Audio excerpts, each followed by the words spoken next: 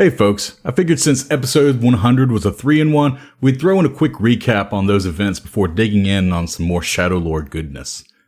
I'm gonna say Shadow a lot in the next few minutes, so bear with me. Anyway, in our last Shadow stories, we met a new crew originating within the Shadow Plane. With their fortuitous encounter with Xenophony 6 and somber departure with the death of Malladus, the Shadow crew decide to fly back home to Shadow Verses, where we learn more about the motivations behind Tinaval's dreams of none other than Noriko Zivarajne. When the crew returns to Shadow Verses, they are updated on the civil war taking place between local Kyles and those corrupted by Eclipse Innovations. After a high-speed light bike chase between some hostile Kyles and the Shadow crew, this team arrives at the home camp of the twins Tinaval and Trelax. The revelation of a dream gate gives the crew a new lead in pursuing Tinaval's dreams, only to wake up to disaster as shadow giants decimate the encampment, leaving with the last scenes of survivors fleeing through a mountain pass to a river. But this is only what's taking place on Shadow Verses, and there's a lot more going on in other places in the Shadow Plane. And that's actually what I'm here to explore today, some of the many locations of the Shadow Plane. Something that had me wondering since exploring the Shadow Plane is that if there is a Shadow Verses, are there shadow versions of the other planets? Well, to answer that question, yes, in fact there are. For one, while Galarian has been missing since the gap, so too has its shadow counterpart. With the creation of Absalom Station, there is in fact a Shadow Absalom Station as well. Only instead of being a unified structure as it is on Material Plane, the Shadow version is an amalgam of space debris, asteroids, and collided starships that still somehow forms a functional living space. Of course, being set in the Shadow Plane, its inhabitants are for the most part also denizens of the same plane. Kyles make the majority, followed by Desiriacs, and surprisingly a minority of Material Plane humanoids. Instead of a prime executive holding power of the station and participating in the Pact Council, Shadow Absalom Station utilizes a cultured assembly, which is a varied group of people who wield power through wealth. This assembly ensures the stability of the station by deciding on everything from mutual defense to taxation. At its center, housed in a blackened cathedral, a vast orb of radiance emanates light, known to the locals as the Glare. An interesting effect from the light is that those who travel through it would normally return to their plane of origin at the location where they first entered the Shadow Plane. However, due to the advent of the drift, this is no longer reliable, as a few will instead end up in a habitable section of the drift.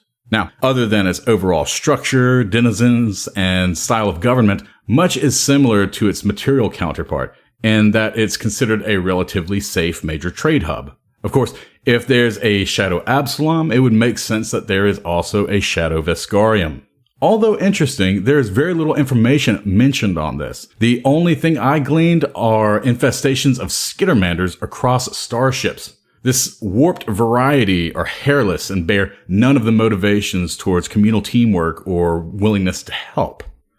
Rather, these creatures possess more of the annoying qualities of fey gremlins. Combined with boundless energetic activity, their only belief is that by hindering others, can you truly help them. But the Shadow Plane isn't a complete mirror of the Material Plane. And so, moving away from foils of known locations, our next stop is a depository of truths. A magically reinforced space station that is stabilized centrally within the space of 6 stellar portals to the negative energy plane. This appears to be a direct astronomical representation of the holy symbol for the deity of history, secrets, and magic, Eloritu. Those familiar with Pathfinder might know of a similar deity named Nethys. All information is mysteriously withheld or unknown as to Nethys' disappearance and the rise of Eloritu. Some believe that since the gap and the fate of Galarian rank among the greatest secrets of the universe, Eloritu must have had something to do with both. But if so, that is just one more secret that the god keeps carefully hidden. Maintaining this depository are the disciples of Eloritu committed to their mission of preserving the secrets in their charge against any breaches in security. Even if someone manages to successfully trespass into its inner chambers, a fail-safe measure is in place to deactivate the station's stabilizing fields, leaving it to be devoured by one of the nearby portals. The last stop of our exploration of the Shadow Plains is the mountain fortress Zovicane. Originally placed on Shadow Galarian, this structure was a seat of deity Zan Kuthan. After Galarian's disappearance, Zovicane expanded to become a planet-sized nebula of darkness that occupied the same orbital space where old Galarian had once been. Within this nebula, tendrils of smoky shadow crawl into surrounding space, overtaking anything that lies in its path and cloaking it in a sapping miasma. While fierce but muted lightning storms rage within these clouds, life still exists deeper within. While devout mortal Kuthite followers worship, shadow giants and a variety of warped and terrifying creatures prowl this tortured landscape. Despite the ever-expanding nebula's menacing miasma, only Shadow Absalom Station's radiant orb, the glare, somehow repels these tendrils from overtaking the station, keeping the surrounding areas relatively safe for trade and travel. And with that, we come to a close on the exploration of just a few of the locations that make up the Shadow Plains. As oftentimes with this subject matter, there are more locations than there is reasonable time to cover them all. As with all of my lore drops, I love revealing what I've read and learned about a particular people or place, but that shouldn't stop you from visiting our Discord and sharing spots that you find intriguing. So let's put the Taurus pamphlet down for a bit and slide into another Shadow Stories this week, titled Stray Bat Blues.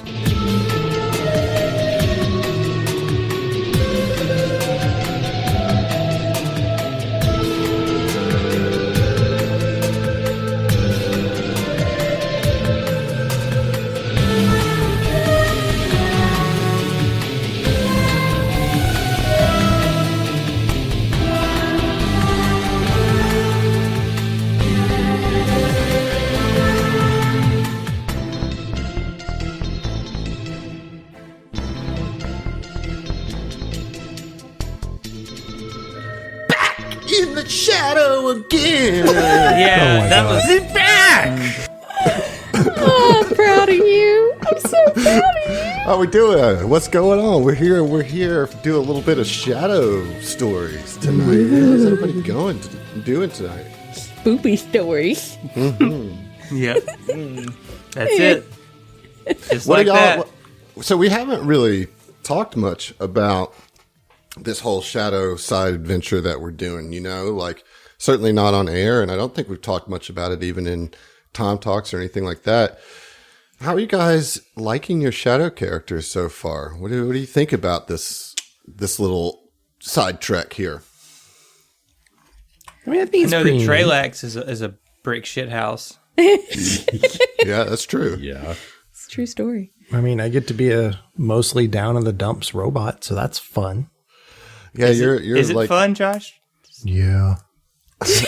like, I hope you're having fun with it because I think Limbot's great. I think he's great. No, it is fun. Let me ask you this to kind of help facilitate this whole conversation here. You guys made these characters starting at level 9, versus building them up from level 1 all the way up. What was some of the differences in build approach, being able to start at a higher level, and particularly knowing that you were making Shadow Plane characters? Bruh. Like a kid in a candy store, kind of. Like, Yeah. what? Choice of paralysis? No, what is it called? It's choice paralysis of analysis. Yeah, that So one. that- That one.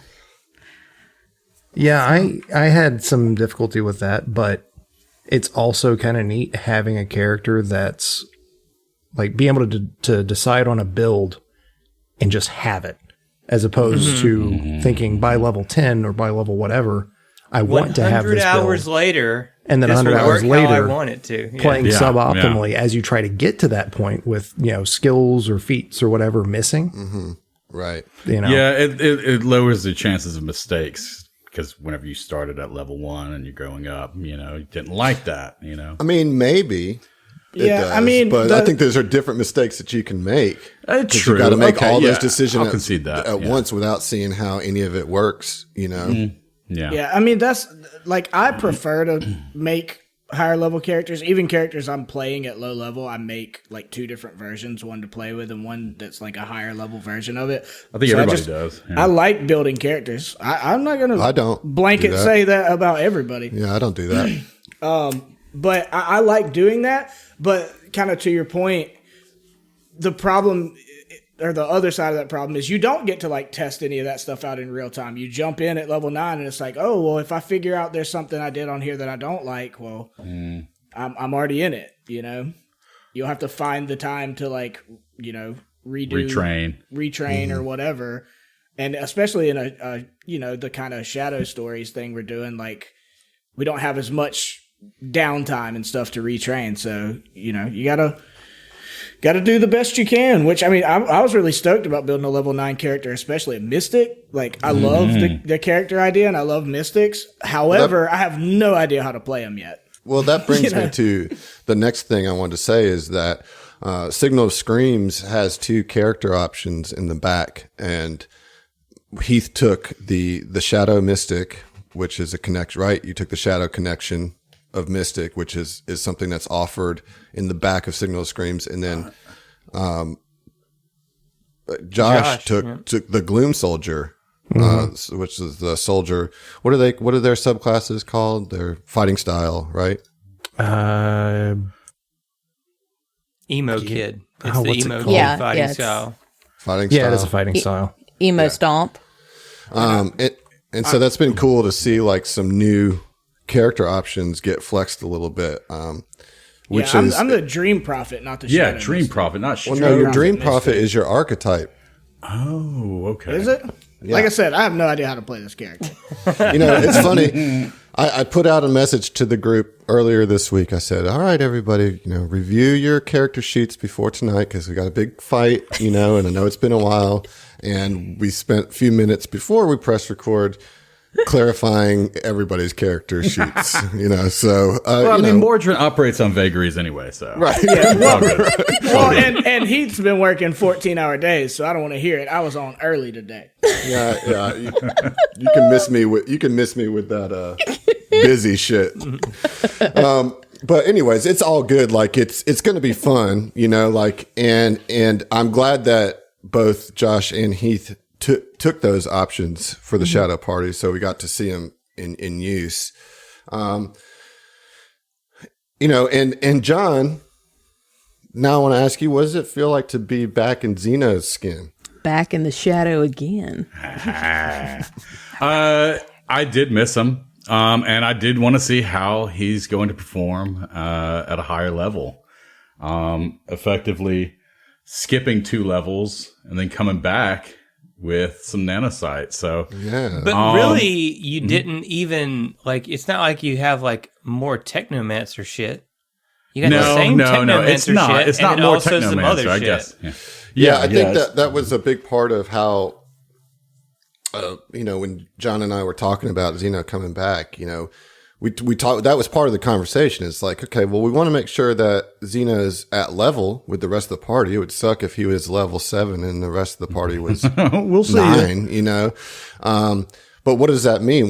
How do we do that? You know, and obviously it became very clear once Nanosite came out in the playtest because it fits his story so perfect. Yeah. Like he had everything that needed Yeah, the to make that flashbacks happen. already had it before that. Yeah. When they announced the Nanosite playtest, like John and I were freaking out in private Yeah. message, like, "Oh my god, this is so fucking perfect!" You know, like, Fucking yeah. nerds.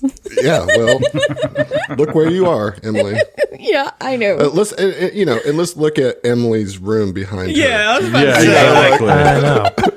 I don't know if you're a product of the Fucking environment or merch just a stand back product. there. Seriously, it is like it's like she's like running a convention stand right out of her fucking real. studio, man.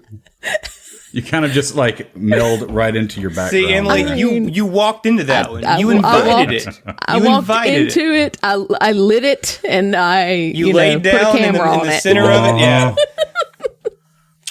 Fair enough. Well, let's see. Let's continue to flex the muscles of these new characters and really see what they can do, because we left last episode off of our little flash sideways,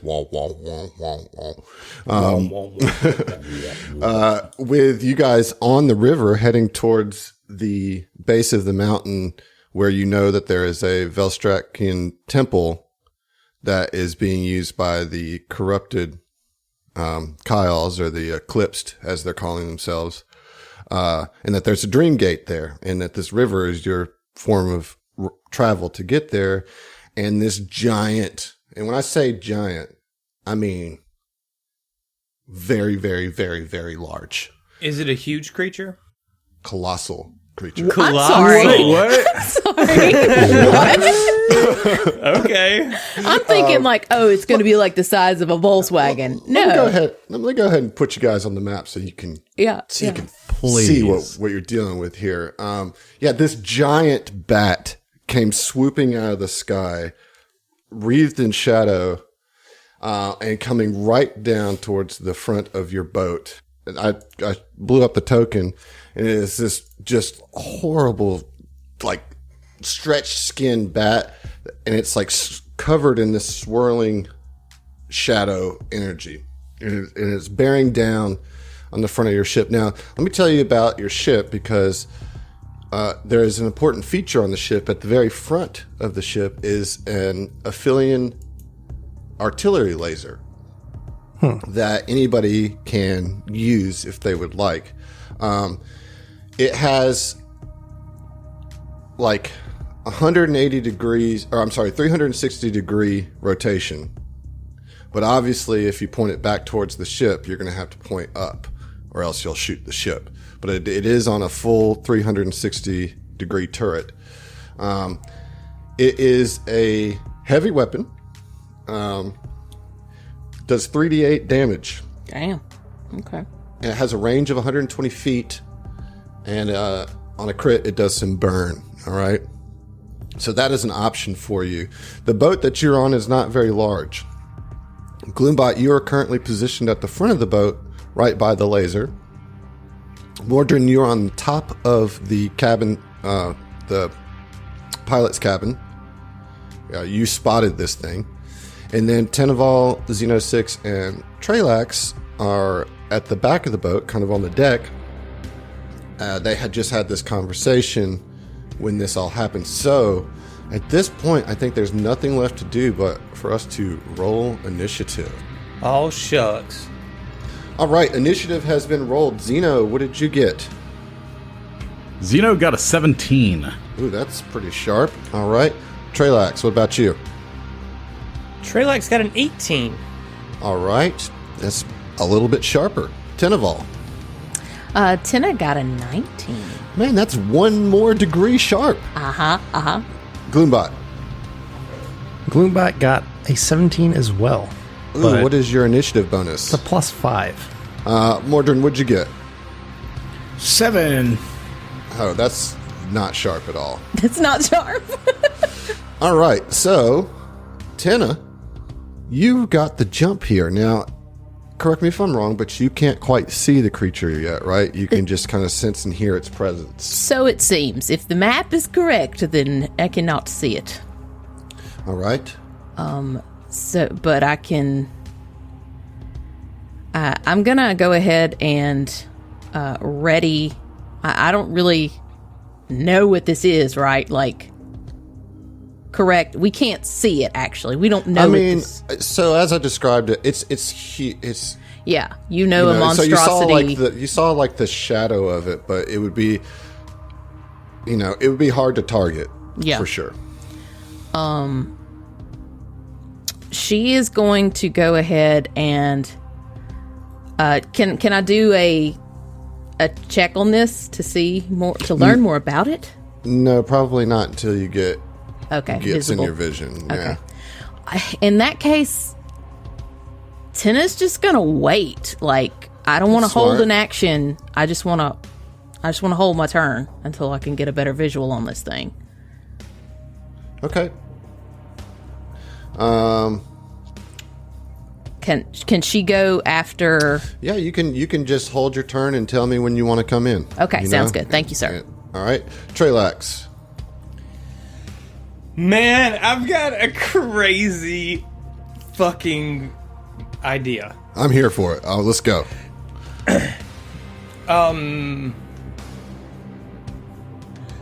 Like, I just can't. The problem is, it's too far for me to actually see from here. So, okay. All right. Okay. All right. So the first thing Trellix wants to do is he senses this.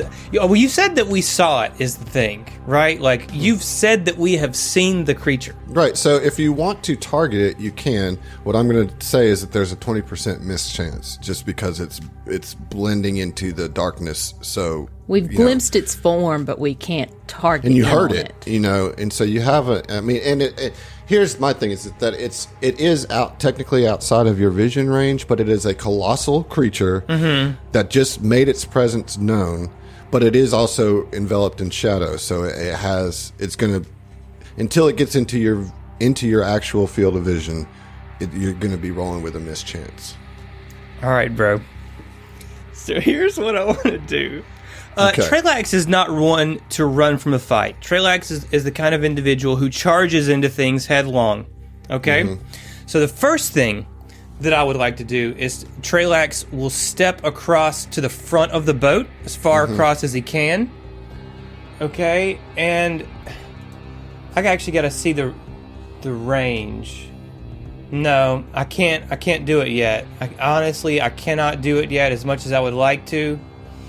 So what Trelax will do is step to the front of the boat in order to get a hopefully a better view. He's going to attune to the stellar mode as a flash of shadowy flame wreaths him for a second, and also as part of that move action, draw his solar weapon, his Kusarigama. Okay. All right, all that's good. One thing is where you're currently positioned on the map, you would put you in the shooting, like you're holding up the artillery laser if you stand right there. So yeah, you can. I know that looks like it's kind of hanging off the boat, but that is a valid square. I mean, he's got a foot up as close to the bow of the boat as he can, swinging his fucking Kusarigama like fucking fire in his eyes, ready to go. And I got something really fun next turn, so that's me. Okay, I like it. Gloombot is going to do a pretty basic opening turn and just shoot at it with the hopes of hitting it. Is it in your vision, or are we doing mischance here? I suppose it'd be mischance. Yeah, I mean, I have dark vision 60 feet, but yeah. Oh, that is a 19 on the die. Ooh, okay. Which gives me a 35 to hit, so let me roll that mischance. All right, so 21 or over is good. 26. Ooh, close, but that does puncture through the shadow with a successful hit. So a neat thing about this weapon, two neat things actually. One, its name is incredibly long because all the fusions and stuff it has. It is an ominous, cruel electron aurora cannon. Oh, wow. Okay. So extra. But due to a feat that I took as a soldier, plasma weapons or plasma rifles on a 19 inflict a burn of 1d8. Oh, wow. Okay. So okay. On top of that, the aurora special property illuminates the enemy in dim light for 1 minute. Wow. Fucking nice. Huge. Yeah, it reads, creature glows with a soft luminescence for 1 minute. This negates invisibility effects and makes it impossible for the target to gain concealment from or hide in areas of shadow or darkness. How much light? Just says soft luminescence. It doesn't give an actual range on it. I guess it's just kind of like a glow, like it's not actually casting light like a torch would. Let's see. Does that allow you guys to see it now? It should. Yeah. I mean, can you see it on the map? Yes. Yes. See the all right, perfect. So you just did fucking dope. By the way, so tell me, you fire this laser that like basically makes it glow with some radiation. Yeah. Like fire plasma at it.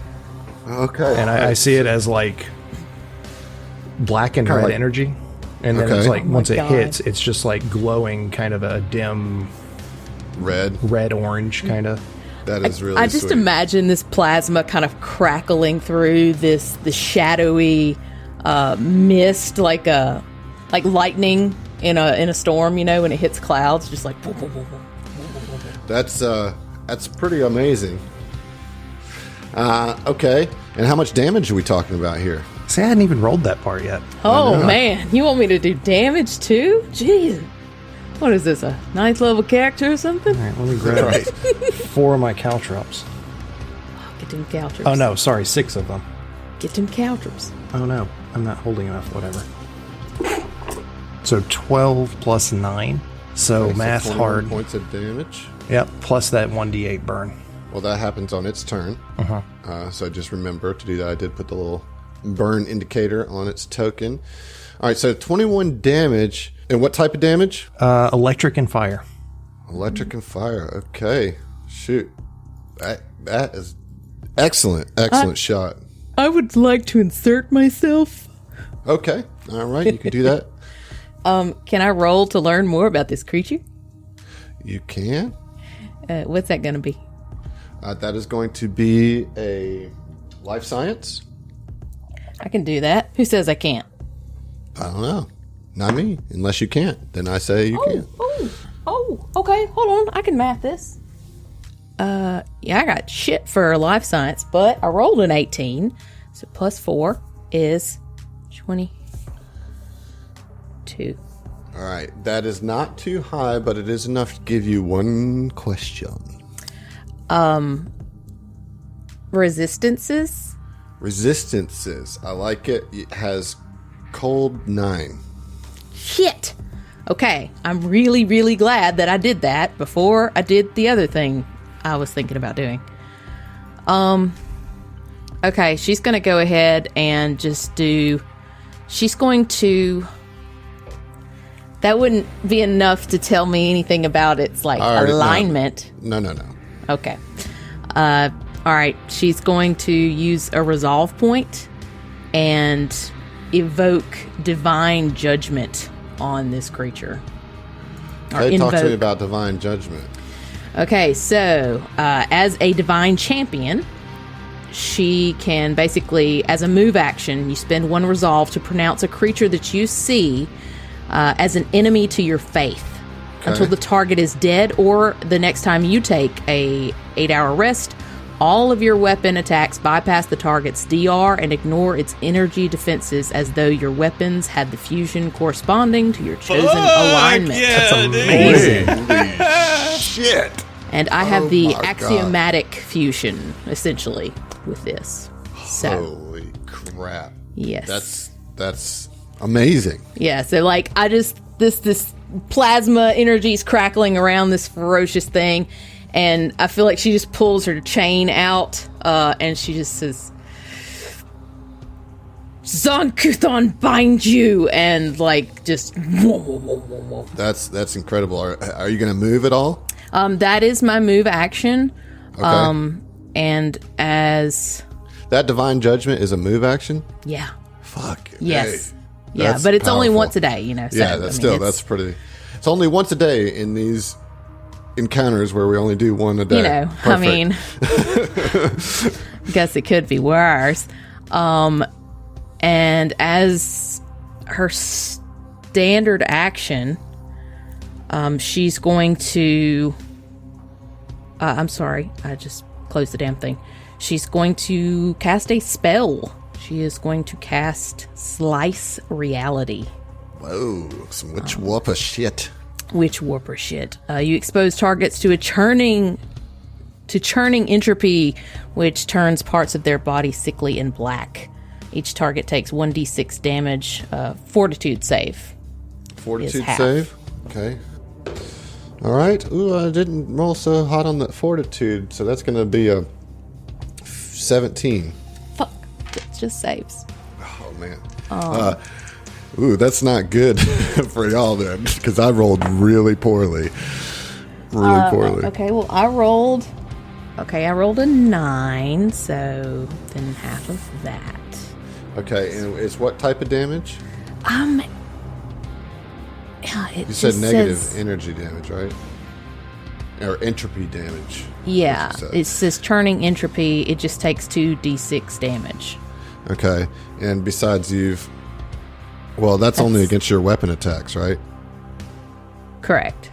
With the divine judgment. Yeah. Either way, 4 points taking off. I just wanted to get a little something in there, and I can't quite reach him with anything right now. That's okay. That's all right. That's all. That's it. Her. She done. All right, let me put a little thing here. She has been Zancuthond. All right, Xeno 6. So Xeno 6 is peering through this darkness, and he doesn't really see anything, but he hears a flap of wings. And then all of a sudden, the plasma radiates from the body of this oversized bat. And he's also going to go ahead and perform his own life science check Okay. on let's this get it. creature. That is a 28. 28. All right, that'll give you 2 questions. All right, so I want to know about any special abilities that it might have. Special abilities. All right, so you know that as a bat, that it likely has a screech attack. That's going to deal some sonic damage, and that also this shadow kind of cloud that's swirling around it is a frightful presence. Okay. So it's like an aura of fright, essentially. Okay. All right. And I guess the other question, or if were those two things? No, okay. Cool. that's- What? And the other question would be, what are its? So we've got resistances, we've got special abilities. What is it? What is its?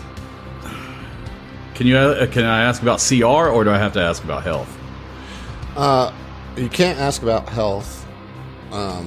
You could suss out that the CR is probably 10 just based on math if just kind of meta. Okay. What I'll do is I'll just save you the struggle here and give you a final piece of important information here. It does have DR10. Okay. All right. DR10. Okay. And he's just going to go ahead and relay that to the rest of the group. It appears that this is going to be a bit harder to penetrate its hide. And he's actually going to go ahead and cast. He's actually going to use his spell cache, actually. Which is the fragment of the rune drive. Well, it is the rune drive. Oh, yeah, It's okay, just yeah. gotten smaller. Okay, yeah, then the smaller rune drive. And he's going to use that to maintain concentration, okay? So what that basically allows him to do is the spell that he casts that requires concentration will allow him to go ahead and put concentration on the rune drive, on the actual spell cache instead, so he can go ahead and do other stuff without having to maintain that concentration. Okay. So that requires a resolve point, and the spell I'm going to cast is going to be Microbot Assault. Okay. It's a maximum range of 45 after factoring in my level, 45 feet. So it will just be summoned, but it's going to go towards him for a harrying fire. 10-foot square area. Yeah. Okay. And what's the range? It's cast at 45 feet maximum right now, but it has a fly speed of 20 feet. Yeah, it puts it right there. That's where you can start it. That's Yeah. about 45 feet away. Okay. Movement action. He's going to go ahead and just draw his laser rifle. Okay.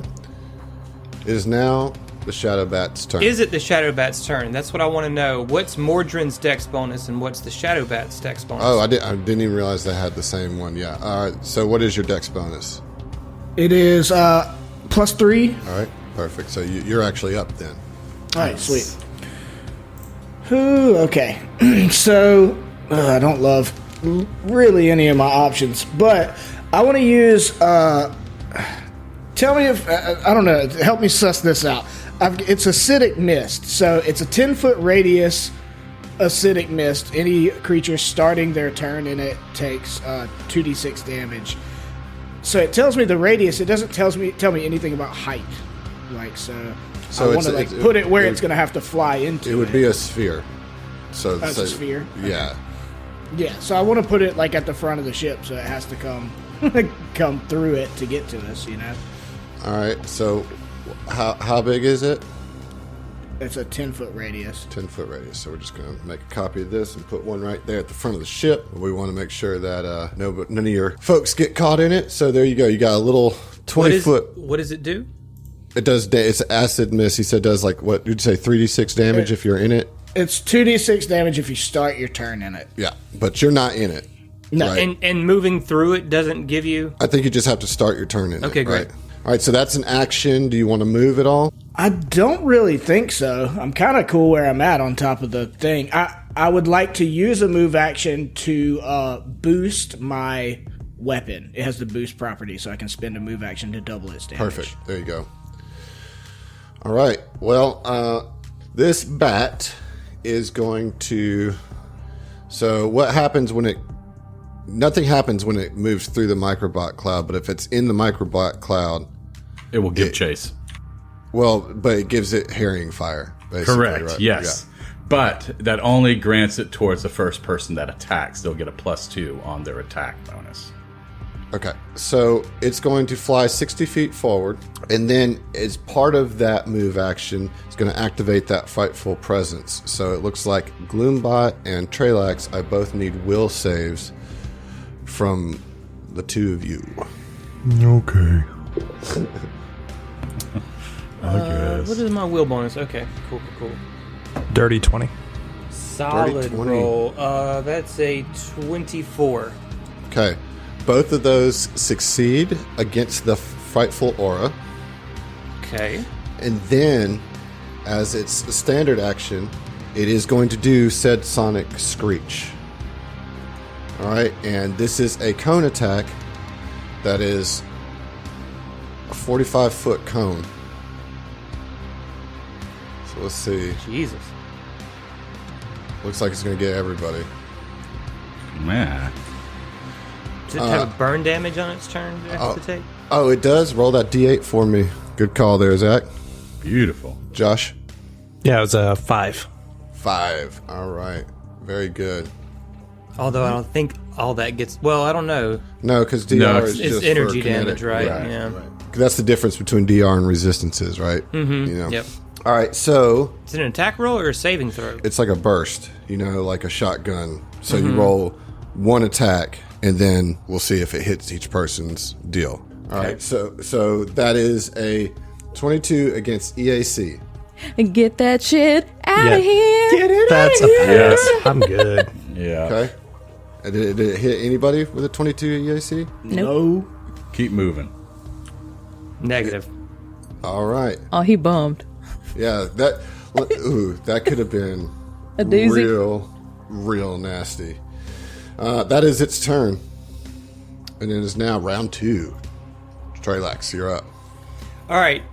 So the thing that I wanted to do last round, I don't think that I can technically do it mechanically because of the phrasing.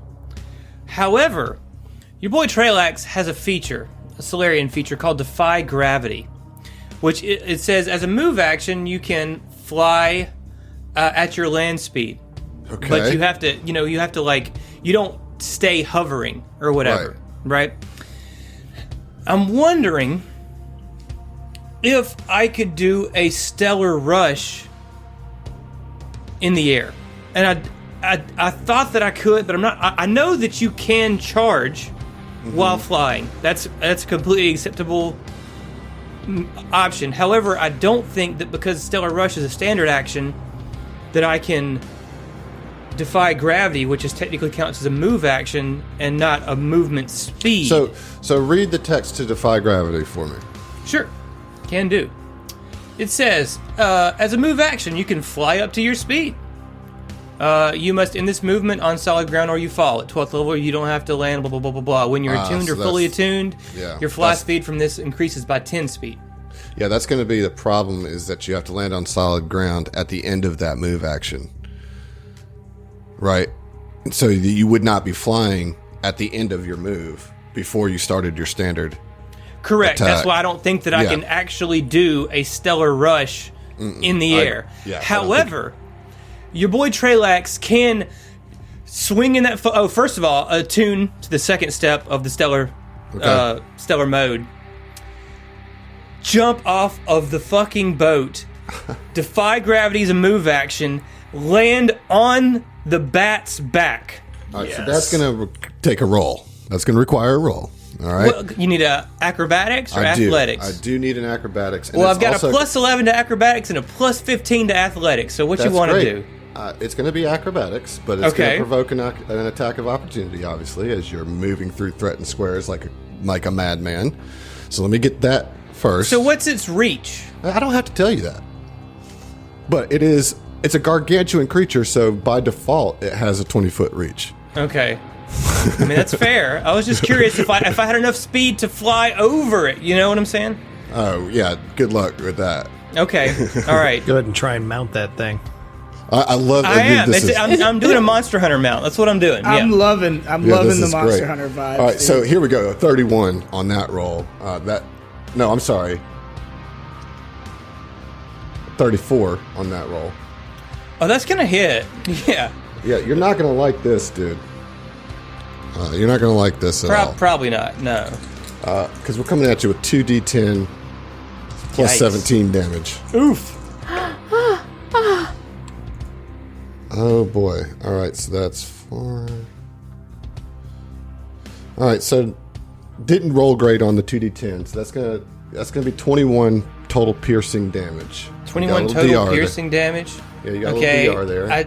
I do have DR. I have DR5. I did not activate my force field. I mean, I feel like I could have, since I didn't use the standard action last turn. You're right, you could have, but I just didn't. fucking man, I got too hype, you know. Yeah, Trelax is a hothead. I could have moved further up and gotten all of you with that thing, but I didn't because I'm an idiot. I got scared by the acid cloud. Okay, so 21, my 16 damage. Yeah, 16 What's damage. going through? Mm-hmm. Okay. All right, now let me get that acrobatics check to see if you can land on this thing. Absolutely. Here's my question: can I use inspirations? No. Really? I mean, those are like given to your other characters. They're given to the player. All right. Sure, go for it. All right, dope. I'm using inspiration. When Oren needs an inspiration in the main game, I don't want to fucking hear it. I don't know what you're talking about. I only had +3 for this crucial role. Okay. You know what I mean? Like, I need an inspiration on this. All right. So whose inspiration is this? It's so tiny, I can't read it. I think it's FL. Yeah, it is. Yes, absolutely. All right, FL. This is the Dirty 30 one, so... It helped me get a Dirty 30. Let's see. So that's going to be a plus 14 to the roll. And I rolled a natural 11, so that's a 25. 25, all right. So I had set the DC at 20.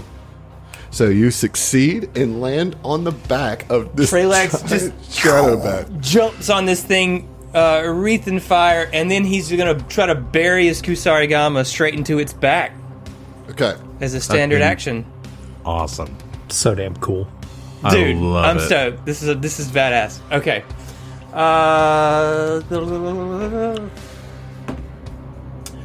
Ooh, natural 18 on that? Plus 14 is a yeah, that's 32? good. Is that going to get it? Yeah. Sweet stuff. Because now we're looking at 46 plus 16 damage. God. Strong. All right, 2.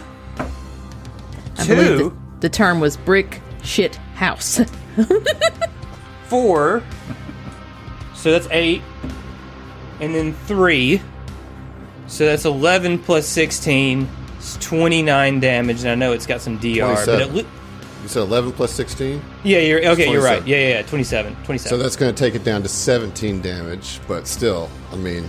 Still, Trelax don't give a fuck. He comes from a Trelax long line just- of not giving a fuck. Yeah, dude, he just leapt off the bow of the ship and through the air over the acid cloud onto the like back neck of this shadow bat, landing with his blade into the back to find purchase on the thing, and just like opening up a huge gash in the back of the shadow bats. And now you guys see him riding this thing like Daenerys fucking Targaryen or some shit. Let's get it. Cowboy, Jesus baby, all day. Christ. Holy hell. All right, Gloombot. Do better than that. I'll try. I'm not going to get on the back of this thing, but Gloombot will have listened to the shriek and will do his damnedest to replicate it and direct it back at this guy.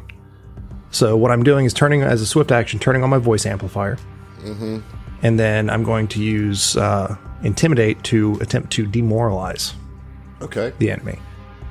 So the voice amplifier basically just gives me a little bit extra bonus to Intimidate, and I can use Intimidate as a move action because envoy stuff. So the DC for that would be 15 plus 1.5 time opponent's CR, or 10 plus opponent's Intimidate skill bonus, whichever's higher. What did you roll? I haven't yet. I will. Go ahead and roll. I don't think I got it because I rolled at 2, which put me at a 23. It's not going to get it. Boo. Okay. So then as a standard action, I'm going to shoot him. That's a 17 on the die for a 31 to hit. That will hit. Okay. I'm going to scoop up all these D4s. Just so many numbers to add. 10 plus 14, so 24 electric and fire damage. Nice. And that light is refreshed on him for another minute. That's sweet. Sweet, sweet, sweet. All right, Tenna. What you got? Fucking nice. Tenna's gonna kind of run and hop down. Can she occupy the square like right next to Gloombot? I mean, okay, I was gonna say, or she's going for the gun, like. Oh, well then just get on the gun square. Okay, gotcha. All right, so as she moves up to the very bow of the boat, I don't know what's the front. Anyways, I think that's right. Yep. That's what I said. I hope I was right.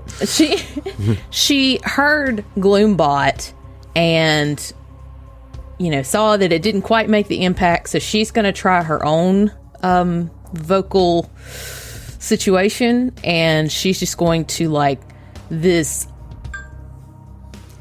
unearthly, ungodly wail of dread and pain comes like pouring out of her, and she is using her necrograph ability, or her necrograph augmentation, the keening larynx. Old Steve Larynx. Steve Larynx. Undead Steve Larynx. Obviously. So it's going to be a fortitude saving throw. So it's going to probably be a saving throw? Yeah, fortitude. Ooh, I'm pretty good at those. I know. Yeah, I got it with a natural 20. Fuck! Because that would have been very cool because let me ask you this. Is this a cone attack? Or is this a specific target? You emit an earpiece. The target or targets. Excuse me, I'm sorry. One single target directly 30 feet in front of you. Okay. All right. Yeah, well, no good. Which would have been very cool because it could have been deafened for 1d4 minutes. Deafened is weak. It doesn't do anything. Well, I feel like it's a bat, right? Yeah. I mean, you're right. Actually, that would be pretty significant for the bat. So, but it didn't work. Didn't work, so I guess I'll go fuck myself. Yeah. We'll see you next round. But she's on the gun now, so prepare thyself. Watch out. All right, Xena. All right, so Zeno, first off, the spell cache again maintains the concentration, and grants Harrying Fire again. All right. Granting a +2 attack bonus for the next attack. Ranged attack. Correct. Ranged attack. Right. Thank you. And he is, thankfully, this bat is just in range. He was going to try to go with an offensive spell that's damage dealing. Then he thinks about it, and instead, like, the swift action to just hold the gun in one hand, and he's going to like, you see like this warbling energy that's emanating from his hand, and it seems like it's a bubble, almost like time is just slowing down in that little energy that he's manifesting, and he's going to go ahead and cast slow on this beast. Wow. Okay. And that is going to be 45 feet range, which thankfully it's in. And it's going to be a will save to, I believe, negate. Let me make sure. It should be with slow. Yes, will negates. All right. Well, that is a 27 on the will save.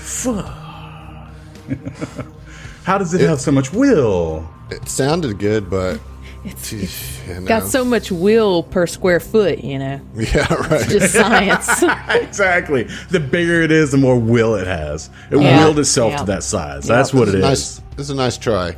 Yeah. All right. Mordrin. Okay. So as a swift action, I'm going to use a racial thing. God, I have so much shit on my sheet. Especially with all these spells. You've just been so busy. All right, look, you can miss me with that shit.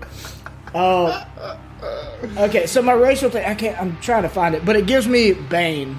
The Bane special weapon property for 1 hour. I can do it once a day. Okay.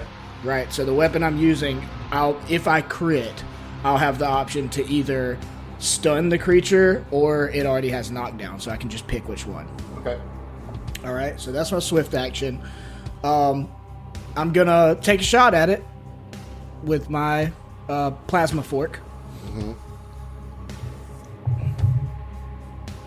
Okay, that's a 17 on the die for a 26. 26 will hit. Neato. It's actually a 28 because of the Harrying Fire. Neato Toledo. Oh, yep. Thank you. Ooh, nice. I rolled well on that too. So that's 17 damage, which I know will be 7 damage. What type of damage is it? Electric and fire. Yeah, so that does go through because Oh, DR hell is yeah. just kinetic damage. Oh, nice. Yeah. That is awesome. Yeah, 17 damage. Hell yeah. Okay. All right. And I haven't used my move action yet, which I will use to again boost my weapon. All right. I love Mordrin's firing off the top of the captain's quarters or whatever. All right. It is the bat's turn. First, it's going to take some burn damage, so let me get that D8. Okay. Oh, well, first of all, I forgot to roll to see if it. Well, that Went means out. he's still on fire. Don't worry, I failed it anyway. So, Okay. Wait, 7. can I also ask? His token looks like it's in my acid mist. It's not. Oh, okay. Cool. That was 7 burn damage. 7 burn damage. All right. That's a good roll on that burn there. Yeah, it was. So it is going to use its move action to move around the acid, taking Trelax with it. Right, I was about to say. Part of that On move there. action is going to, again, try to do that frightful presence. And I believe at this point now, everybody is in his aura. So I need everybody to roll a will save. So, is Including frightful you, presence? Yeah, but is frightful presence the is it like other fear effects where if you resist it one time, you're immune to it? Let's see. Because there's a lot of like intimidation and Right. fear that are like that. Once an opponent has been exposed to a creature's frightful presence, whether or not the opponent succeeded at saving throw, it cannot be affected. So this is just going to be for the three people that were not. So Trelax and Gloombot, you do not have to roll, but Tinaval, Mordrin, and Xeno, I do need will saves. Good call, Zach. Okay. Is this considered mind affecting? It is. Okay, just making sure. Actually, I'm checking real quick. I can't remember. Are androids affected by Yes. mind affecting? Yes, because they're partially human too. Yeah. They have brains. That is going They to. have brains. That is going to be a 25. Okay, you're good. Mordrin, what about your will save? 26. Good. Xeno. Also a 26. All right, y'all are great on that. Twinsies. All right, here we go again with his cone attack. I'm really determined to get this off. I'd rather you didn't. No. All Get right, it here out we of go. here. This is going to be against everybody but Trelax. Trelax, you're watching from the back of this thing, and you can feel its lungs as it screams out. Ooh. Can't do nothing about it, though. Can't do anything about it. Oh boy! All right. All right, we're looking at a 27 to hit EAC. Yeah, Well, that hell. just Yeah. barely hits. Oh, did that get Yeah. everybody? You got me. Probably, yeah. Ooh, this is all right. I'm so happy right now. Y'all are about to be so mad at me. Got a handful of fucking dice I that know. he's rolling there. I don't care for it. Let's see. So the damage isn't really the worst part of this. Right off the bat, you're going to take 20 points of damage, of sonic damage. And Trelax, as you see this like sonic wave move across your party, you see all of them kind of shrivel a little bit. What? Yes, like their skin kind of tightens up against them. You see them lose a bit of their weight as each of you have just now taken one negative level. Wow, dude. What, dude? You. Out of here with bro. that. That's Oh gross. my god. Adam Kelly. How dare you? I mean, How the fuck do I even calculate that? So that's going to be a okay. it's going to be a condition or an affliction, I think, maybe. Caveat to that. Robots don't have skin, so it doesn't shrivel. and- yeah, a couple- Gloombot doesn't shrivel. All right, so a couple of your circuits go haywire. I appreciate Whatever. your attempt. So That's for those so listening, shitty, man. yeah, for those listening at home, a negative level. Hold on, I'll tell you what it does. It's not good. It's basically a -1 across everything. For each negative level you have, you take a cumulative -1 penalty to your ability checks, your AC attack rolls, saving throws, and skill checks. This is currently a temporary negative level. You will get one saving throw within 24 hours to remove it, or it becomes permanent, in which case you would need magic to remove it. Oh, and we could get hit with this 4 more times. Good news is that it is a limited per day use, so that was its last one. Oh, thank God. So that's the good news. Silver lining, anyway. Round Yeah. 3, Trelax. First thing I'm going to need you to do is roll an acrobatics to maintain your position on the back of this thing, because it's moving and it don't want Yeah. you there, you know. Don't want you there. That's fair. That's fair. I reckon. I don't like it, but it's fair. Okay, how was about a 25? 25 is good. You're good. Natty 14 on that one, my man. All right, I like it. So it's George your Foundry. turn. Okay, so the first thing that I will do is Trelax will fully attune to Oh, the shit. photon mode. Oh my god. Kind of in a little bit of a fury. Okay, Trelax will activate as just this like flash of dark blue fire just emanates out of him. He'll activate, what's it called? Solar acceleration. What? Right. So what that does is when you're fully photon attuned, you can make a full attack as a standard action. Dude, you know how good that is? Because I wasn't going to allow you to make any full round actions while you're on the back of this thing. And because you're fully attuned. Because it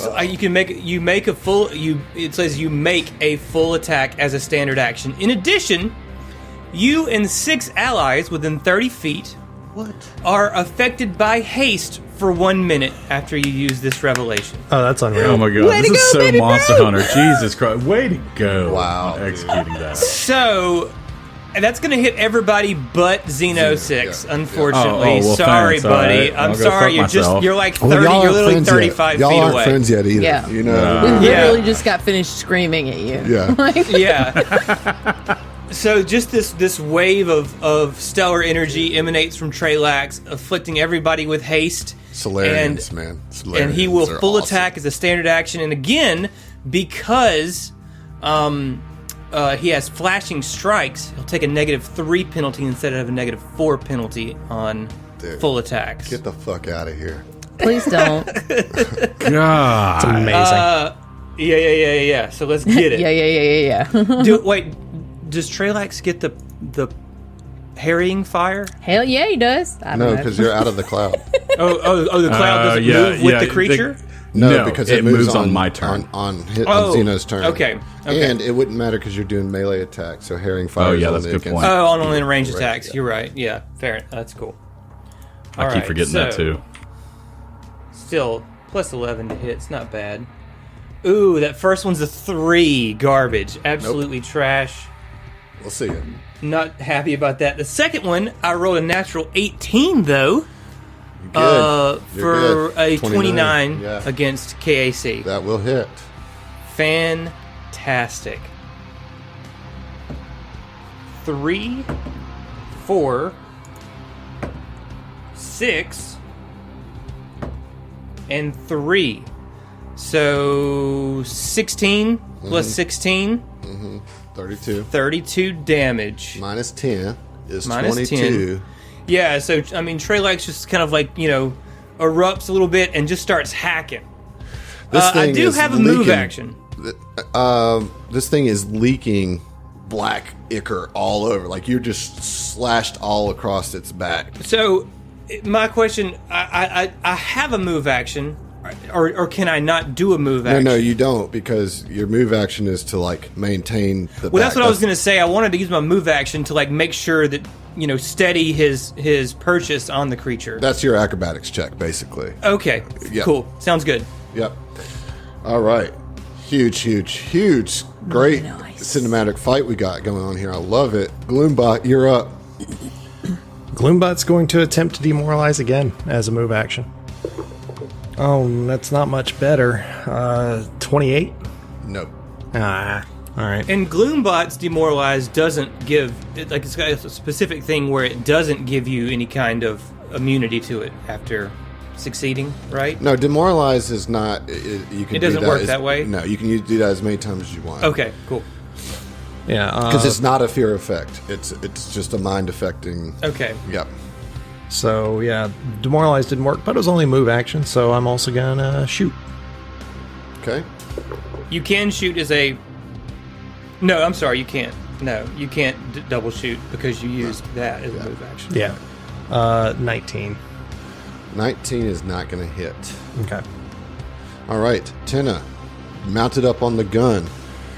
If Yeah, you'd like, so- you can take a full attack, or you can do a single attack. She's gonna go for a full attack. All right, so this is going to be a ranged attack with your ranged attack bonus. Okay. I can do that. Okay. All right. So first one. Ugh. First one is a 5 on the die. That ain't gonna get it. No. 17 on the die. Okay, so minus 4 plus- is 13 plus your bonus. 8. All right, so okay, that's a 21. Is not enough to hit. Sorry. Her face right now. She's She did not like that. I don't care for that, Adam. She didn't like Wait, that's my with my thing, with my divine judgment. Mm-hmm. Is that not? No, Doesn't that's that just just for make DR. stuff- Fuck yeah, all. yeah, yeah. I'm sorry. I was trying to find anything. So two of these laser blasts, like one goes way wide, and the other one kind of cuts right by Trelax's head, but it doesn't hit him or anything. But you kind of feel the heat of that laser blast. Yeah. Xeno 6 from the back of the boat. What you gonna do? So Xeno 6 is still just holding his azimuth laser rifle in one hand, and he's going to go ahead and switch up energies. And this one's a little bit more chaotic. Almost seems like it's coming from almost a chaotic realm. It feels like. He's going to go ahead and cast Baleful Polymorph at 2nd level. And basically, what it does is that the target takes a -2 pen. Well, let me go ahead and just see if it rolls first before going into the whole thing. Yeah. Before you go into that, let's see if I pass. This is gonna be a will save, right? Yes. Okay. Well, that's gonna be a 29. Well, never mind. All right, screw that. And I already he's moved going to your maintain bots for- concentration, or the what's it called Right. is going to maintain concentration. Yep. So I moved the cloud onto your enemy there. Yes. All right. Mordrin. Okay, Mordrin, I guess it's going to use a full action since I have haste and I can still move if I need to. Right. So full attack. Yeah, full attack. Okay, that should hit with a 19 on the die. For a 27. 27. That's I with the don't- -4, right? Because you're full Wait, attacking. is there any harrying fire or anything like that? There I don't is. remember what y'all are doing. But with she's that. but it's yeah, there is So it's a net -2 on your first attack. on my first attack. Yes. Okay, so then that will be a 25. And yes, that's a hit. That's a hit. Okay. Yes. Mordrin just from the top of the boat, like at the top of the cabin, just fine. What is it? A plasma fork? Yeah, it's a plasma fork. It's 2 rods out of a rifle that one fires electricity and one fires fire. So that I'm rolling pretty good on my D10s. That is 16 electric and fire damage. All right, and that all goes through. So, and then second attack. Yeah, my second attack won't be boosted, just the first one. So Yeah. it'll just be 10 damage. That's that's gonna be a dirty 20 total. Nope. Yeah. Okay. And are you going to move? I mean, I don't see a purpose in it. I don't. Yeah, I don't see. And anywhere I go is not more advantageous. Right. Yeah, All I'm just right. chilling, holding down the top of the the roof of the captain's quarters. All right. So at this point, he's going to hover where he's at, and he's going to full attack.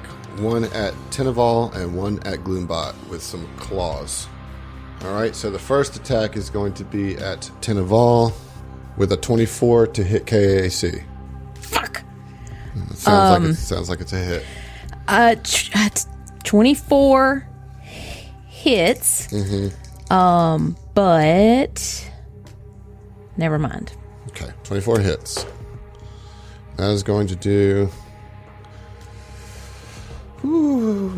29 points of piercing damage. Oh dear. And I can't because I'm not attuned right now. I can't even deflect it. Yeah, Tina is into her HP. Yikes. All right, and then this other one's coming at Gloombot. Ooh, that's a natural 20, y'all. So let me roll to confirm. Yeah, you better roll that. All right, that confirm is going to, I'm pretty sure it's going to confirm with a 33. So, Josh, you just got critically hit by this thing, and it was confirmed. So let's get that card, John. All right. No, we could just not. Do you That's have a an just option. not ability?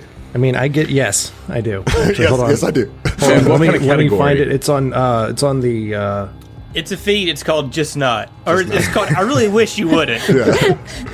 I'd rather not. Can we it's just in a not? compendium that I am working on. that I'll be no publishing. no Third third party. party content here. Sorry. Oh no, it's got Paizo backing. John, what you got on that?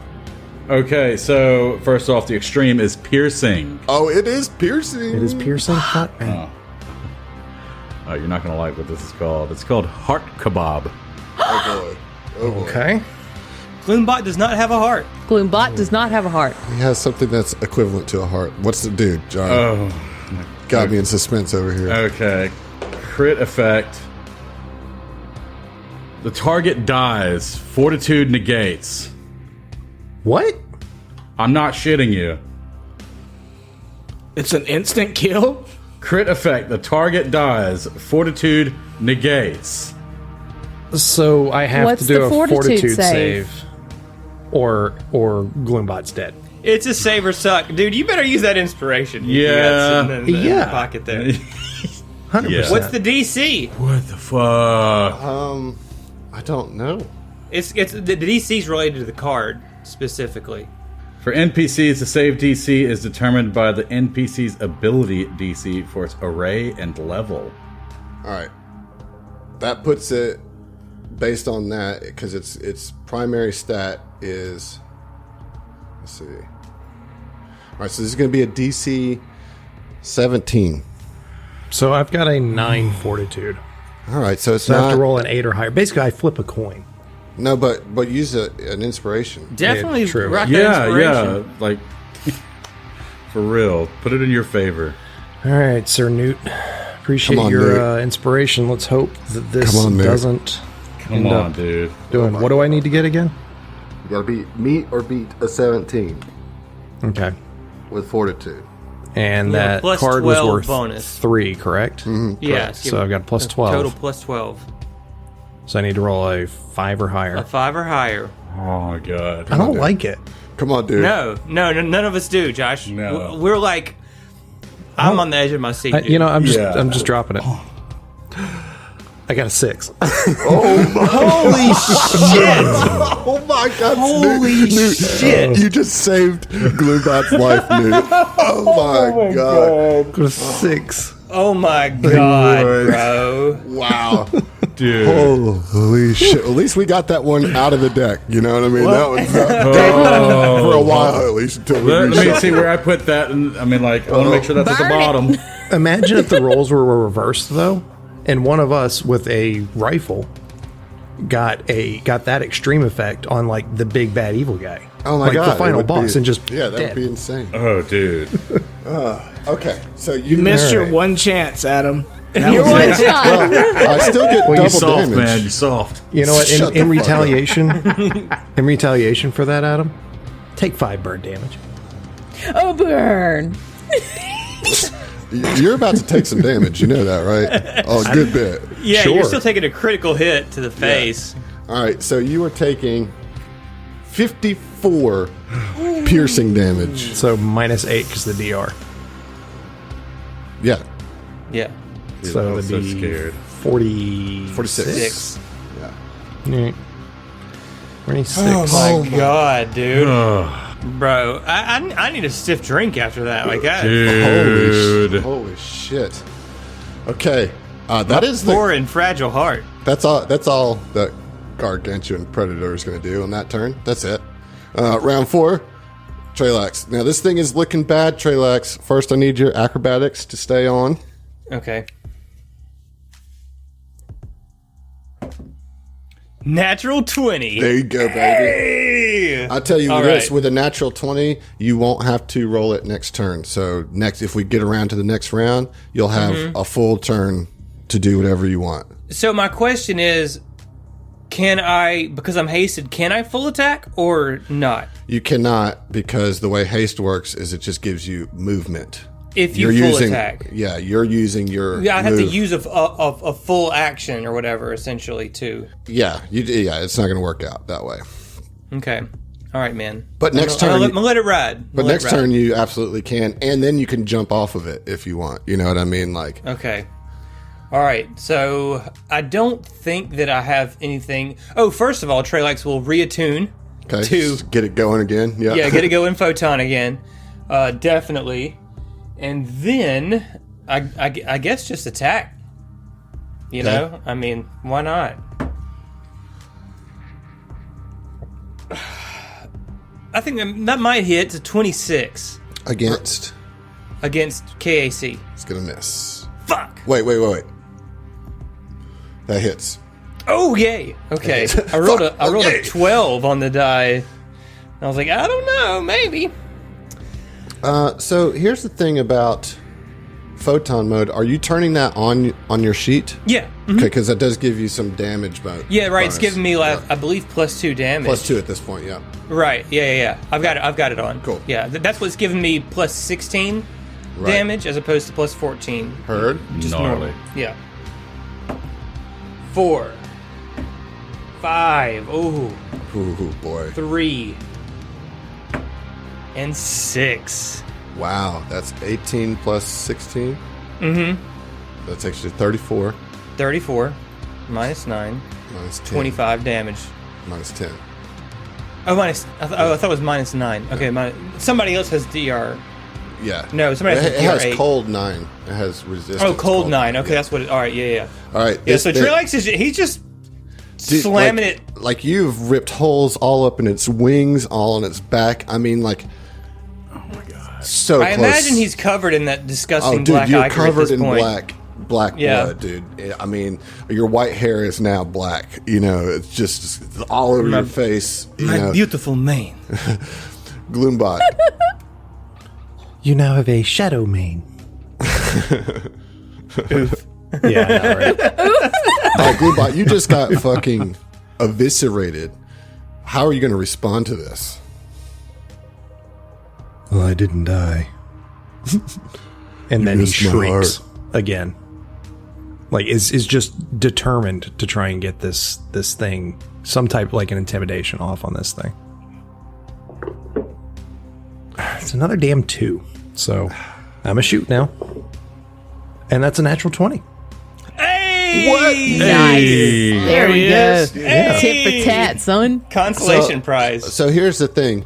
I'll give you the option. No matter what, you have killed this thing. Okay. So if you Nice. want to save the crit card for, you know, if you want to save us the whole process of that, because this is you. No matter what, with a critical hit, you have killed this thing. Okay. But Then, because yeah, you got a there's- crit, you can tell me any which way that you want this thing to die.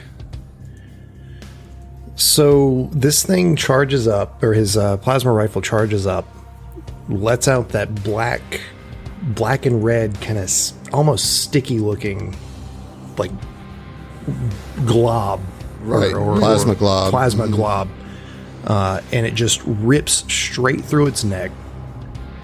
And as it does, you see for a split second, the bat just looks utterly terrified as the ominous weapon effect takes place, and it's shaken. Has the shaken condition as it does. I'm so scared. Well, yeah. as it dies, Trelax is certainly going to push off of it and Yeah, use and land back his on the boat. flight to land back on the boat, dismiss his solar weapon, look to Gloombot, and nice shot, D. Wow. That Actually, was... no. It's intimidated, not shaken. Oh, well, then If it was doesn't already die. intimidated, it becomes shaken. So You finally intimidated it. I'm so Yeah. proud of you. And Xeno 6 casts token spell on it. On not on him, on Trelax. Clean off that ichor. And You from have the a little roof bit of the of blood on you. Yes, it's quite a disgusting creature. from the roof of the captain's quarters, Mordred shakes his fist at the creature and says, "Go back from whence you came, nightmare creature." All right, so we got a little... Let's take a moment here. You all have negative levels with the exception of Trelax. I'm going to go ahead and let you guys make your fortitude saves to see if they are permanent or not.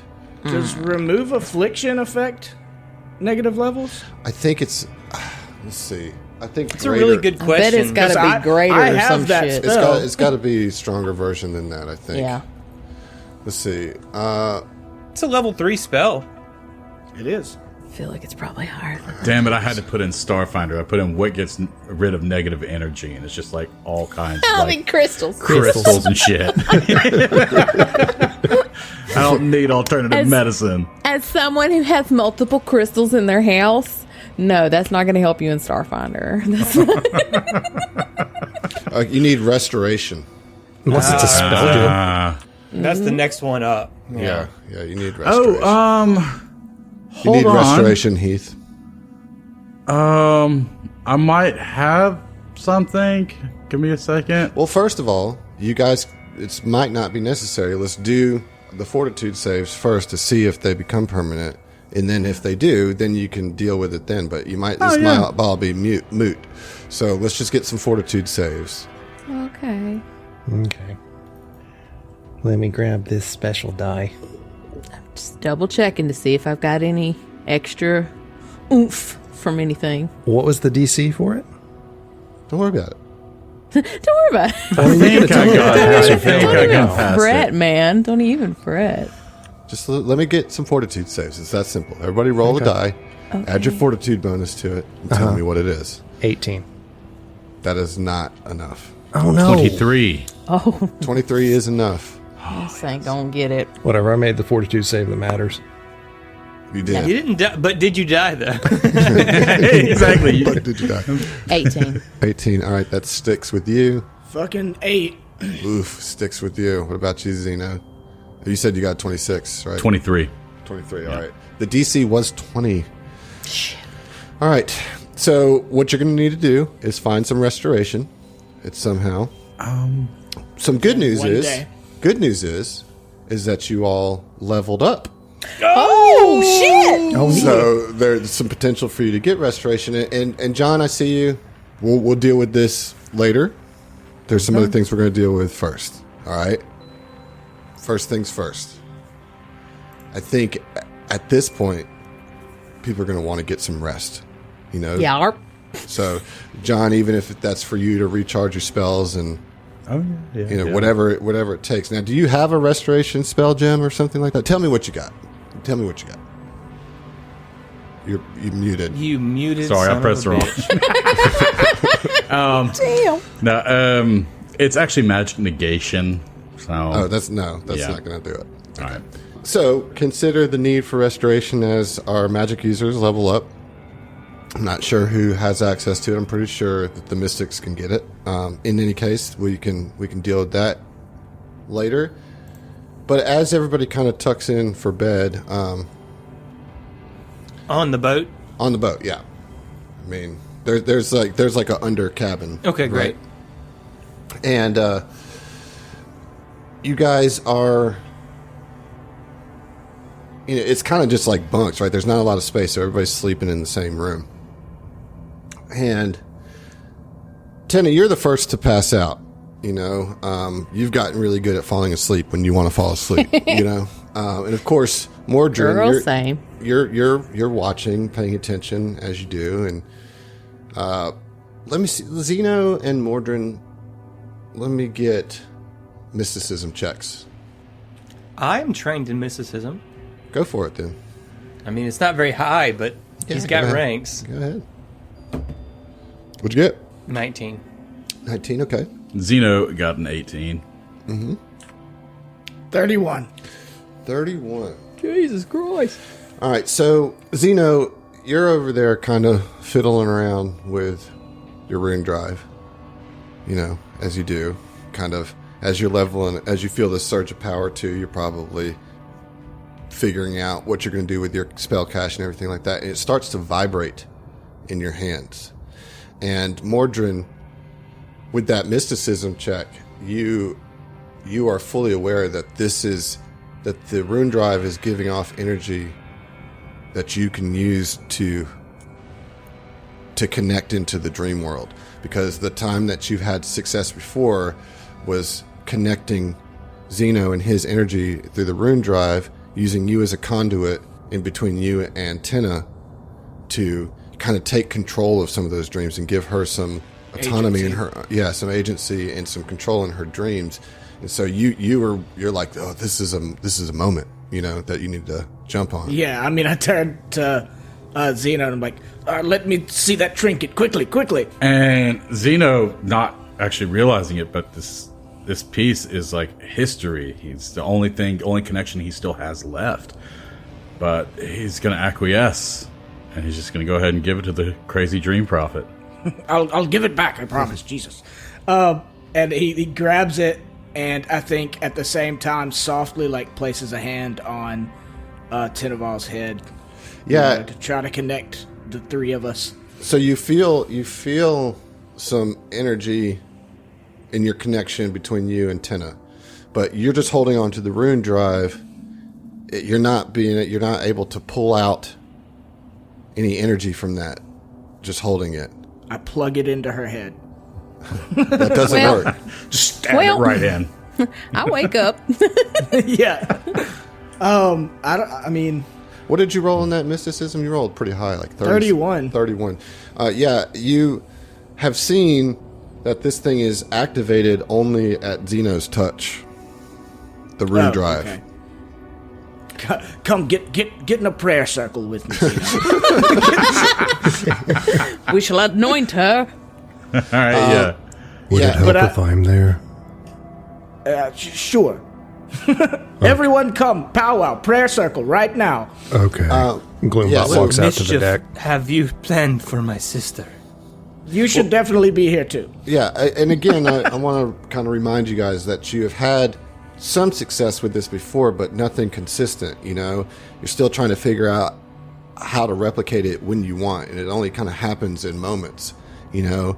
And it's just weird that this timing, with the rune drive vibrating, that Mordrin was able to sense that this was an opportunity to make it happen. You're still trying to figure out how this all works, but in this instance, Mordrin is capitalizing on it. And so Trelax and Gloombot, you watch as Mordrin sits, legs crossed, eyes closed, and the Dream Prophet rests one hand on the rune, on Zeno, and the other on Tina's forehead, while Zeno holds the rune drive. A small chant barely escapes his lips, and Xeno 6's arm begins to break apart into a black cloud of nanocytes. This shadowy cloud is immediately absorbed into the rune drive, and the rune drive pulses with black-purple energy, leaving a strand of black and purple light where Xeno's arm just was. At the same time, Mordrin's eyes open suddenly, revealing his eyes to be all black, rolling back into his skull, while Tina shudders violently for a moment, and then a deep crimson light envelops Mordrin's hand where it meets her head. Then, both Tina and Xeno start to phase out, as if only leaving a holographic imprint of their bodies. Everything goes black. Out of the darkness, we see two swirls of light, crimson and violet, forcefully being ejected through the void, as if in a hyperspace conduit. Tina's red light and Xeno's purple light flash by all manner of horrific and nightmarish images. Xeno recognizes some of his own traumatic memories, as do you, Tina, but you are both overwhelmed with an onslaught of horror that seems to be pulled from all existence, and just before Tina and Xeno's minds break, their lights coalesce into their bodily forms, violently and suddenly. Xeno and Tina, you look around, and you are in an infinite black void. The only disruption of nothingness is a white metal door that hangs in the void before you. What do you do? Can we see each other? Like, Yes. are we corporeal? Like, I can touch him? You can try. I reach out to Xeno. I reach out too. Your hands kind of phase through each other. Okay. This was unexpected. We can't wait around and do nothing. Well, there's a door. Let's go forward then. And she would reach out, and is there a knob, or is it just It's you a push push door. it? Okay, yeah, she just... As you step in, you find yourself in what looks like a laboratory, and you both see Ziva, Xeno's captain, and Tenna's herald standing over a patra. Next to Madame Ziva is a person in a lab coat. Their features cloaked in shadow save for 2 red eyes and a sinister smile, watching as Ziva moves to make an incision on the patra patient on the table. As you charge into the room, the doctor turns to you and screams, "No! She is mine!" and snaps her fingers, and Ziva and the patra disappear from the lab. The doctor looks at you, Tenna, furious yet perplexed, and says, How did you reverse it? How are you here? This is my domain." Then her eyes fall on you, Xeno 6. Do I know you? Who are you? And why are you with her? This should all be impossible. Doctor. I do remember her. Mm-hmm. You definitely know exactly who she is. What? Dr. Gugant. How do you know my name?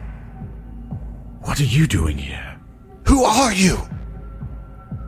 Xenophony 6. Utter abject horror crosses her face. She screams, and the two of you are enveloped in blackness. Gloombot and Trelax, you see Tenna, Mordrin, and Xeno 6 tethered by shadow and dreams, convulsing and writhing, and then all 3 go eerily still. The shadowy strands that connect the 3 dream travelers dissipates, and their eyes open, returning to their natural state.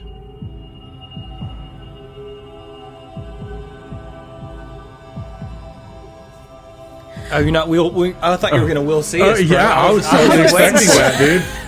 Oh, shit. Okay. The one time Adam doesn't drop on a cliffhanger. Oh, it's not over yet. Yeah, Trelax rushes to Tenna. Tenna, are you all right? What happened? What happened? You know. Zeno, where did she go? She was there. I saw her. The herald. Calm down. What did you see? I was not taken into the dream with you. What did you see? We saw her. We saw the herald. She was there with this woman who was. You call her doctor, Zeno. What is the herald? And she would turn and like grab Trelax and just kind of like she's this mix of excitement and fear and kind of like it's just real. Tenna, calm down. You are right. You are right. I am here. We're fine. Explain, please, calmly. I don't understand. And then he turns to Mordrin. What have you done to her? Every time. Everyone calm yourselves. Take a few breaths and explain to us what you saw. We can't figure out what's going on here if we don't have a conversation about it. He just grits his teeth, but doesn't say anything. It appears that Tinnaval is in shock from her vision, but I was there and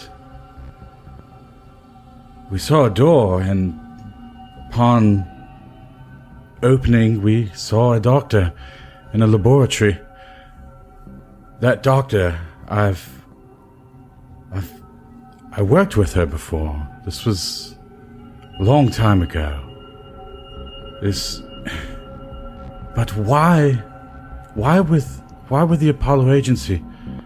Why were there? I'm going to have to research on this. I need more time. And Xeno looks down at his arm that's nanobots, and it's just lost deep in thought, you know. Yeah, and is my arm gone? Those nanobots he got from Dr. Gugant, if you remember. For you guys and the listeners at home, that's where he got. I remember. Yeah. I remember. Is my arm still gone? No, it's back now. Okay.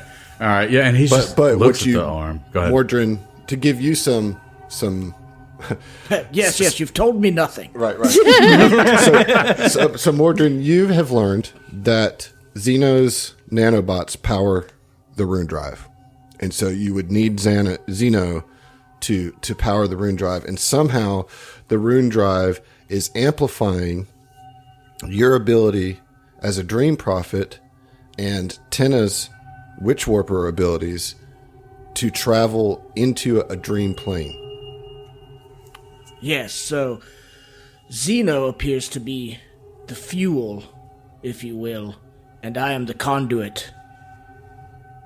But it was odd to me that Xeno and Tina can both go into these dreams. So Xeno is of even more import because he is the fuel that powers this trinket and can take his form to the dream plane.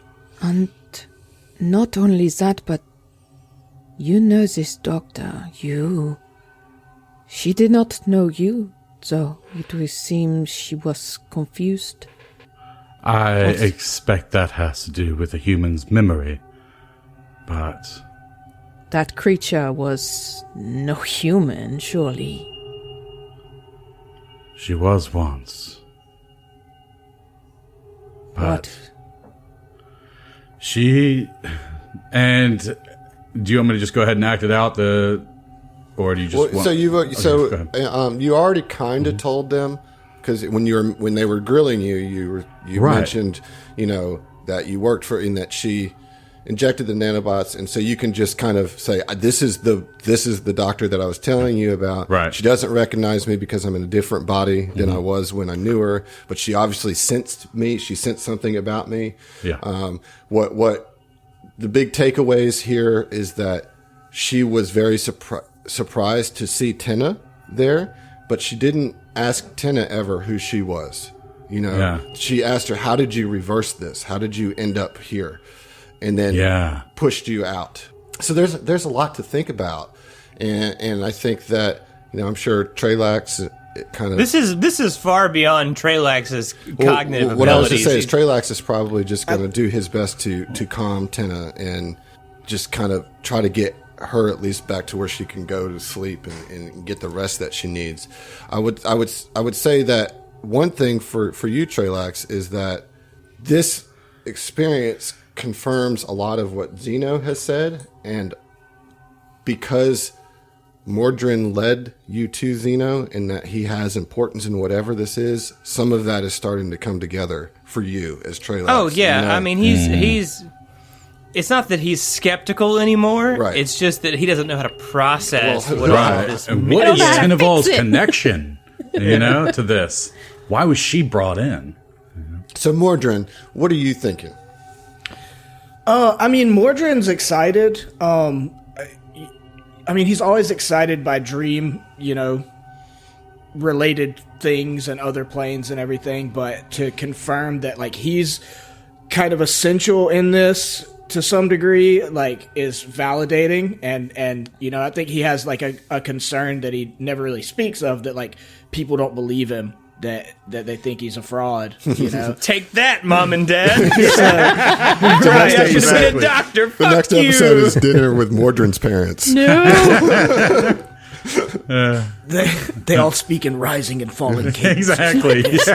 But no, So good to see you, It's very validating for him, but it also he wants more. He wants to get to the the place in the mountains and find out what's going on with the corrupted people and the Dream Gate and all that. He is incredibly eager and excited moving forward.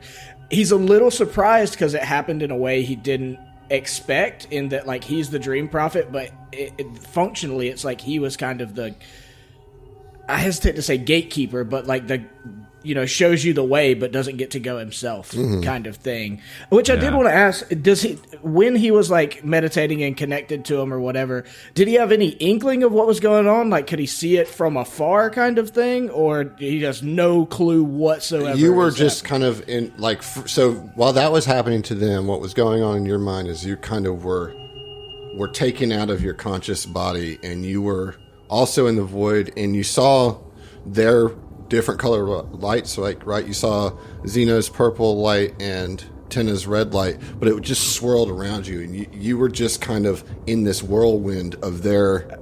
I just got the more formless, trippy aspects of it. Yeah, you were in their essence, because you were channeling both of them. You were connecting their essences to some degree. I love that. I do. Did it seem to Mordrin, I guess, that it took him a lot of effort to maintain that? Like, it was like really hard, something he was having to struggle to do. It was nothing time? that you were consciously doing to maintain it, because like once the connection happened, it overtook you. But when he came back, yes, you were spent to some degree. There was some exhaustion there, but it wasn't that you were like consciously making the effort. It was that it was taking it out of you. Right. You know? I do think at some point, maybe we'll do this down the road, but like, you know, we've had a combative thing between Mordrin and Trelax, and I think he does want to have a conversation with him and kind of like maybe try to explain how he sees. Yeah, I think you probably want to take some time to think about it, sort some thoughts out in your head. Right. Likewise with Mordrin and Xena. But I mean, that's after like the rapid like processing of it all. Not too long after that, he does like kind of think to himself, like, I'm gonna try to get Trelax like on board with this and like, you know, up to snuff as far as like, I don't know that we'll ever be cool, but like, look, this is happening, and like, you know, we're all, the three of us at least are essential to it. Yeah. Well, as everybody gets their rest for that evening, you guys can go ahead and take a long rest on your sheet so you don't forget. One thing you take the long rest, and so the following morning, I would say that Gloombot, you're probably taking the helm of the boat. Yep. And your journey to the Velstrakian temple continues. The further the boat travels on the river, the more dead the world around you becomes. Trees shy of any leaves stand like gnarled sentinels, intimidating would-be trespassers. The earth is just black, dry and cracked, save for a thin strip of riverbed. Even the water itself is murky and shrouds unknown terrors just beneath the surface. Toward the end of that evening, Gloombot sees something ahead. What looks like a series of posts or columns along the side of the river. It's hard to make out exactly what they are. But, Gloombot, you can see the vague shadow of the mountains in front of you as they kind of carve into the night sky. You know that this is where this river originates from, and it tells you that you're very near your destination. Probably another day's journey on the river. Just long enough that we won't find a restoration spell. As the boat gets closer to the shapes, the mountain and the posts on the side, Trelax and Tenna, you see with growing horror just what is lining the sides of the riverbed. The trees have been cut down and all replaced with giant poles. Adorning each structure, spaced about 100 feet apart, is a beaten and crucified body of a Kyle on each of these posts. From your vision alone, you can see at least 30 Kyles all hanging from these poles. As you pass the first one, you can see closely the Eclipsed Innovations logo is carved into their forehead. What? And then Tenna, with a sinking realization, you also see that each body wears a chain around their neck that weaves through the eye sockets of a skull, the symbol of Zon-Kuthon. And we'll see you. Oh shit. Shit. You know, Fucked up. I mean, that's all spooky and everything, but going back, I mean, who was that sexy Pacha back in that?